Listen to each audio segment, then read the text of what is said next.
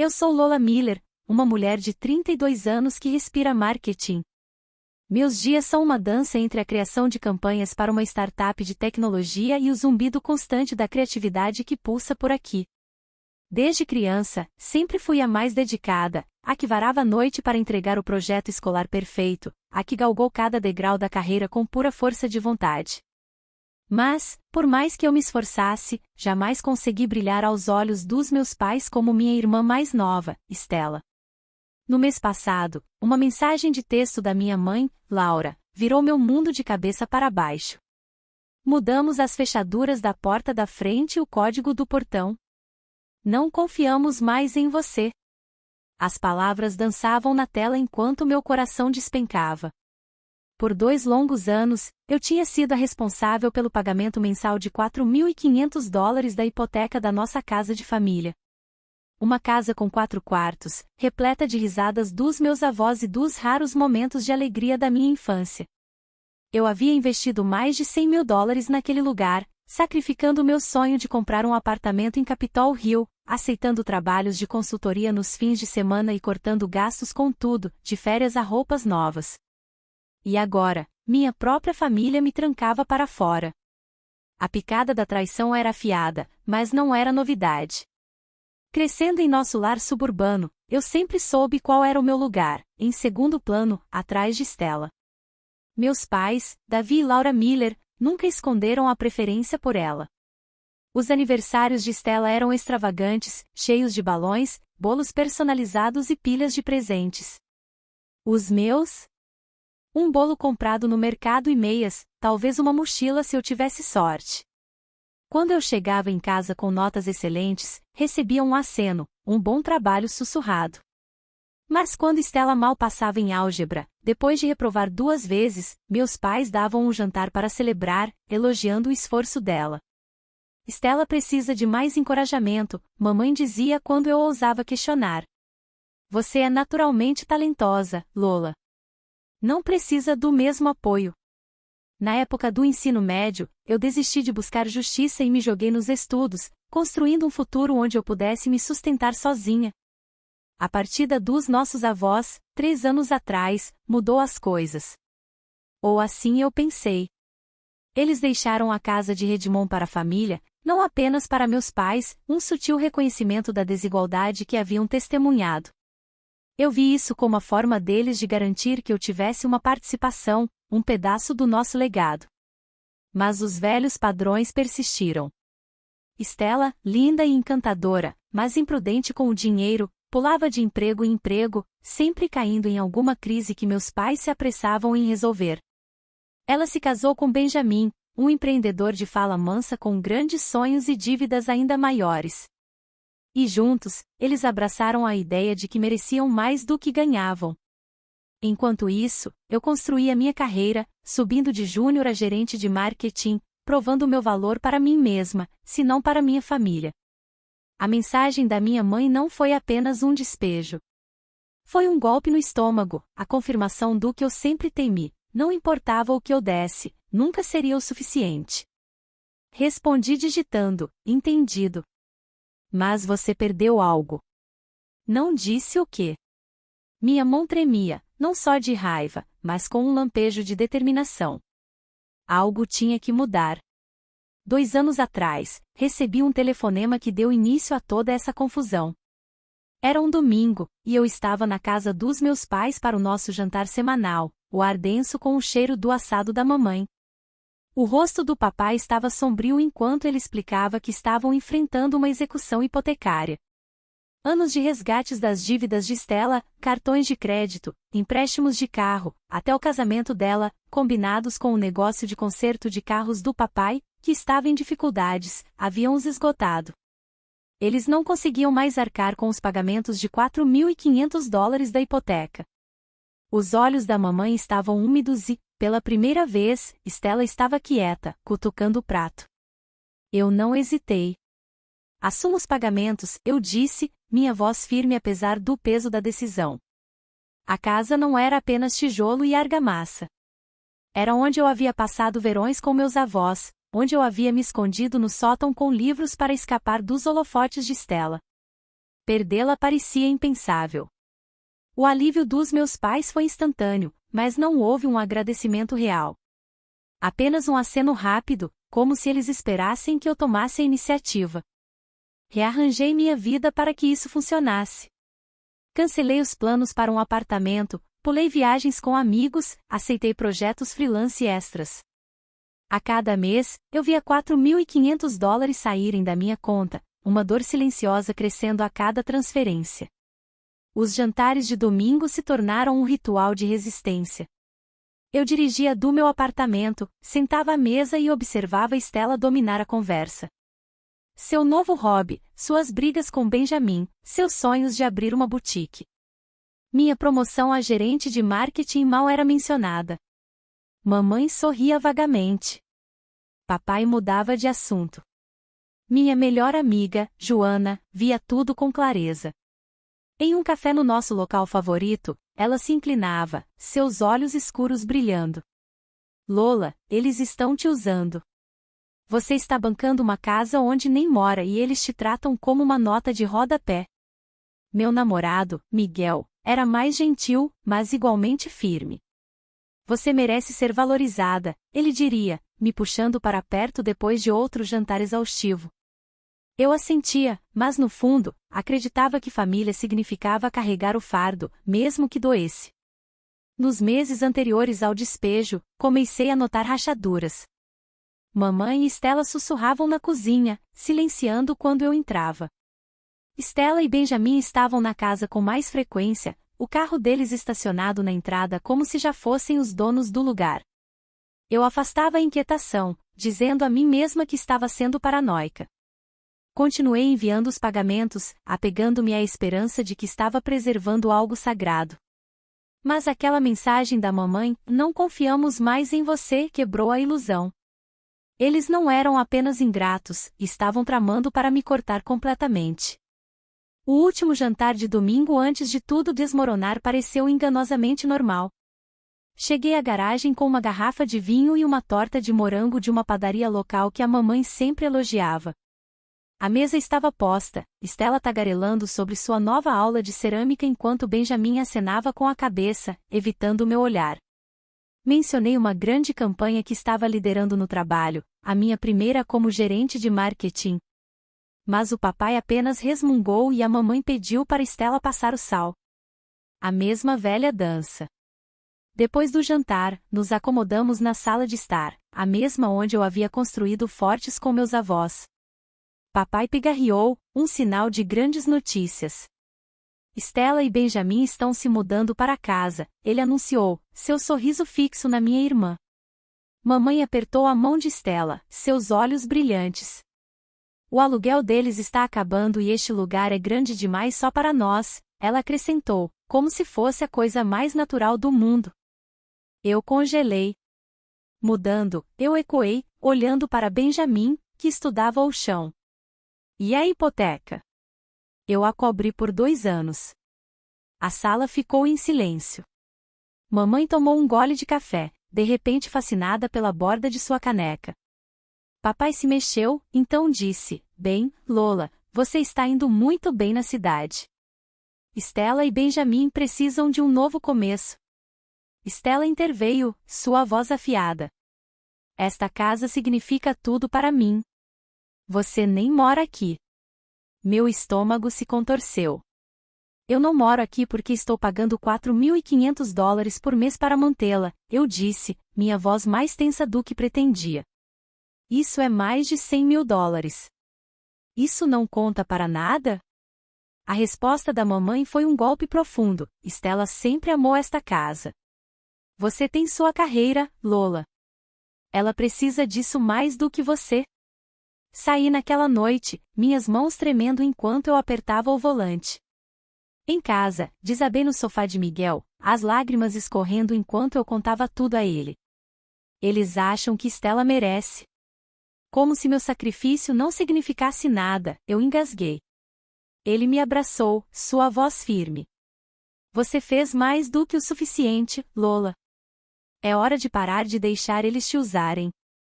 Joana foi mais direta quando a chamei. Eles estão te fazendo de boba, ela disse. Você não é o banco deles. As palavras deles ecoavam na minha cabeça, mas o verdadeiro golpe veio na manhã seguinte com a mensagem da mamãe sobre as fechaduras. Stella havia mentido, dizendo que me viu espreitando perto da casa, uma desculpa patética para justificar a traição deles. Sentei na minha cama, olhando para a mensagem, sentindo anos de dor se cristalizarem em uma verdade: eu tinha sido um capacho por tempo demais. Não consegui dormir depois daquela mensagem. Meu apartamento parecia pequeno demais. Toda vez que eu fechava os olhos, via as palavras da mamãe: não confiamos mais em você.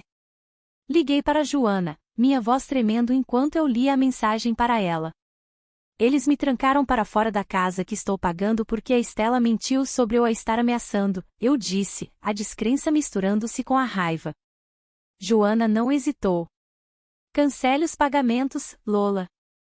Eles não podem te tratar assim e esperar que você continue pagando a conta. Isso é loucura. Sentei à minha mesa, laptop aberto na minha conta bancária, o cursor piscando sobre o botão de cancelar pagamento. Meu coração batia forte. Se eu parasse, o banco executaria a hipoteca. Meus pais, agora com seus 60 e poucos anos, não podiam pagar a hipoteca. Stella e Benjamin, com seu histórico de trabalho irregular e crédito ruim, não se qualificariam para um empréstimo. A casa, a âncora da nossa família, o legado dos meus avós, estaria perdida.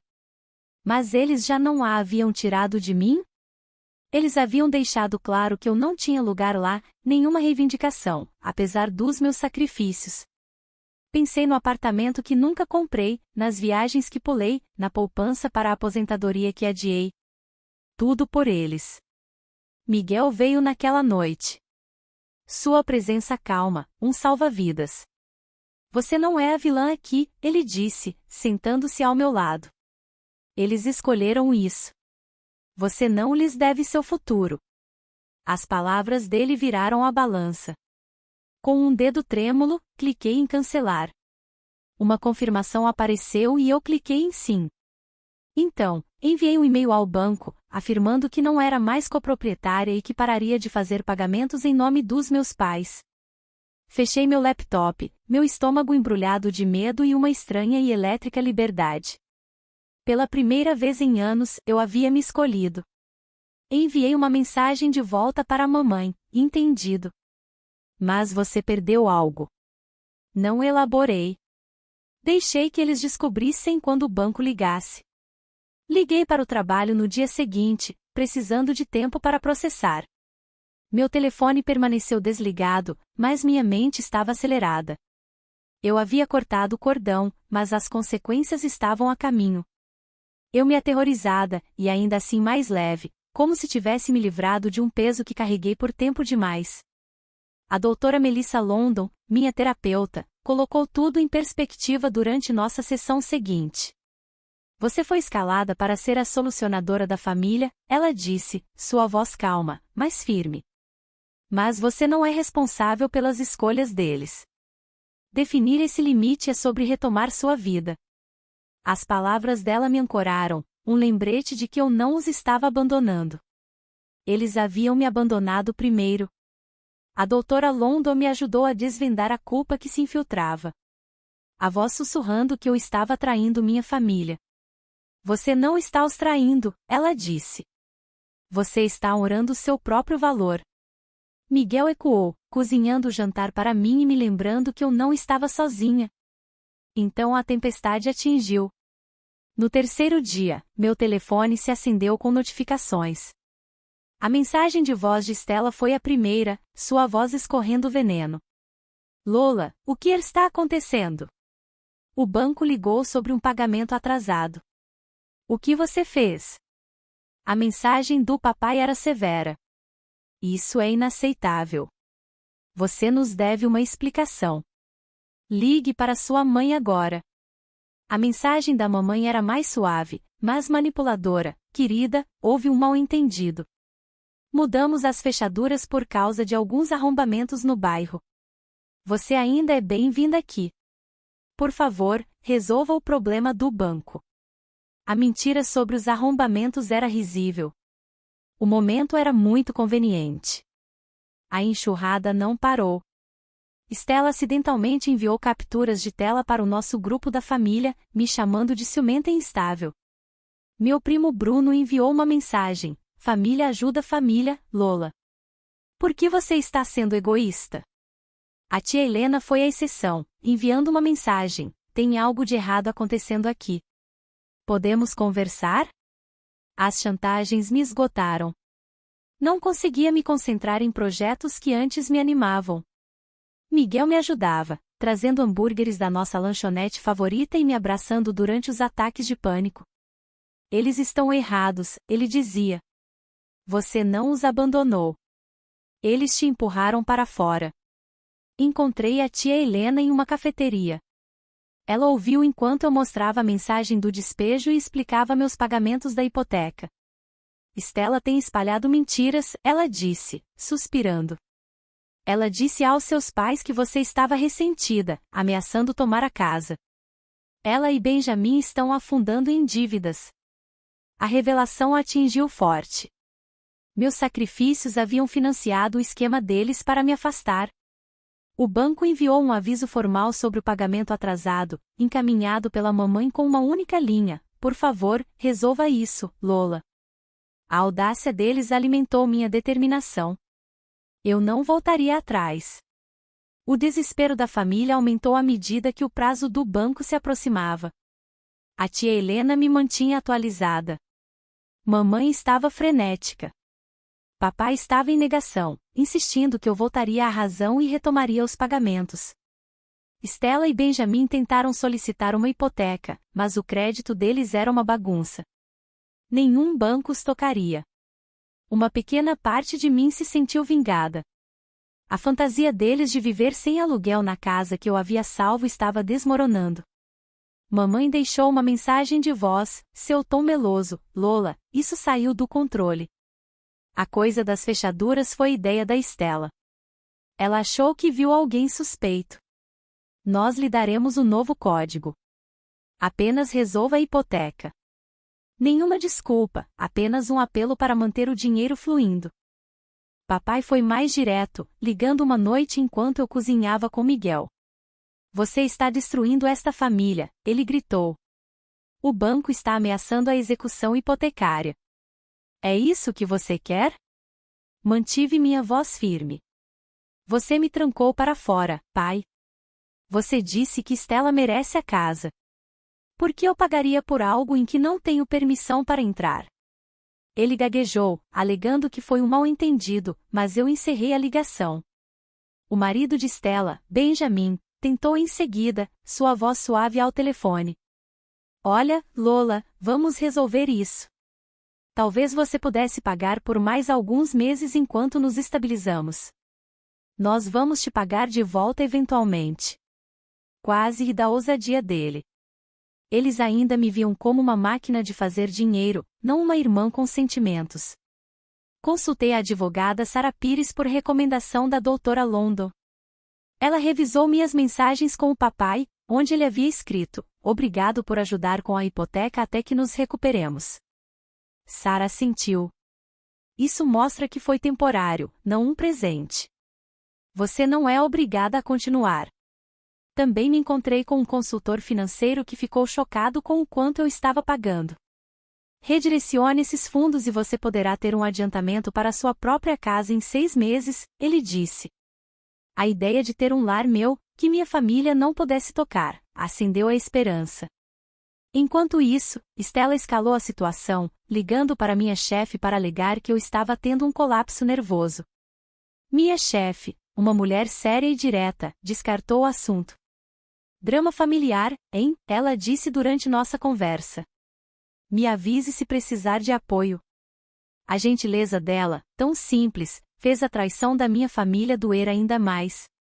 O aviso final do banco chegou um mês depois que parei os pagamentos. Mamãe chorou por horas.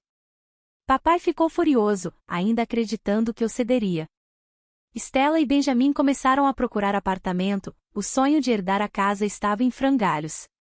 Miguel sugeriu que eu me mudasse para a casa dele. Meu contrato de aluguel estava terminando e isso economizaria dinheiro para o nosso futuro. Eu quero você comigo, Lola, ele disse. Vamos construir algo real, longe desse caos. Depois de 3 anos juntos, parecia certo. Eu disse sim, meu coração mais leve com a ideia de um novo começo. Então veio o e-mail do advogado. Dr. Dias, um amigo do papai, escreveu em pânico, assunto financeiro familiar urgente. Por favor, ligue para discutir uma solução antes que essa situação piore. Encaminhei para Sarah, que me aconselhou a ignorar. Eles estão blefando, ela disse. Não tem caso. A mensagem de voz do papai seguiu, sua voz falhando. Lola, o banco está indo para a execução hipotecária. Nós somos sua família. Por favor, ligue. O apelo me puxou, mas lembrei-me do despejo. Eu não respondi. A tia Helena ligou com a notícia de uma reunião de emergência da família na casa dela. Você deveria vir, ela insistiu. Coloque tudo às claras. Eu concordei, mas não iria sozinha. Miguel me acompanharia, e eu levaria provas de cada pagamento, cada mensagem. Sarah me preparou, eles tentarão te culpar, mas você está no controle. Enquanto dirigíamos para a casa da tia Helena, eu segurava minha pasta de documentos, meu estômago embrulhado. Miguel apertou minha mão. Você consegue, ele disse. Se for demais para você, nós saímos. A sala de estar da tia Helena estava tensa quando chegamos. Os olhos da mamãe estavam inchados. Papai parecia mais velho, abatido. Stella sentou-se rigidamente ao lado de Benjamin, seu olhar me atravessando. O tio Luí e a tia Carla também estavam lá, junto com o Dr. Dias, parecendo deslocado em um terno. Papai começou, sua voz tensa. O banco vai executar a hipoteca em 60 dias, a menos que nos recuperemos. Lola, precisamos conversar. Mantive a calma. Você deixou claro que esta não é minha casa. Por que estou aqui? Mamãe soluçou, é a casa dos seus avós. Como você pode deixá-la ir? Eu deslizei a mensagem do despejo pela mesa. Vocês me deixaram ir primeiro. A reunião familiar explodiu. Eu expus a verdade, minha voz firme apesar do caos no meu peito. Paguei mais de $100 mil em 2 anos para salvar esta casa, eu disse, erguendo extratos bancários. Então vocês me trancaram para fora e disseram que Stella merecia. Dr. Dias examinou a mensagem do despejo, seu rosto se contraindo. Eu não estava ciente disso, ele admitiu. Stella explodiu. Você é sempre a vítima, Lola. E daí se eu ficar com a casa? Você tem seu emprego chique. Eu não recuei. Abri mão de comprar meu próprio lugar para manter este. E o que você fez, Stella? Benjamin tentou ser o pacificador. Vamos encontrar uma solução. Talvez você pudesse pagar um pouco mais, Lola? Eu balancei a cabeça. Não. Parei de financiar uma casa da qual sou proibida. O rosto do papai ficou vermelho. Você está deixando o banco tomar nossa casa. Ficaremos sem teto. Encontrei os olhos dele. Vocês não estão sem teto. São adultos. Paguem suas próprias contas. Mamãe choramingou, somos velhos demais para recomeçar. Stella gritou, você é ciumenta. Sempre tentando me superar. A tia Helena interveio, chega. Lola está certa. Ela foi tratada injustamente. A sala girou em gritos. Stella me acusando de sabotagem, mamãe implorando por lealdade familiar, papai barganhando. Mantive a calma, a mão de Miguel quente na minha. O advogado finalmente falou, legalmente, Lola não é obrigada a pagar. Foram contribuições voluntárias. Papai estalou, depois de tudo que fizemos por ela. Eu ri, amarga. Vocês favoreceram Stella a vida toda, pegaram meu dinheiro e depois me trancaram para fora. É isso que vocês fizeram por mim? Um silêncio caiu. A voz da mamãe quebrou. O que você quer, Lola?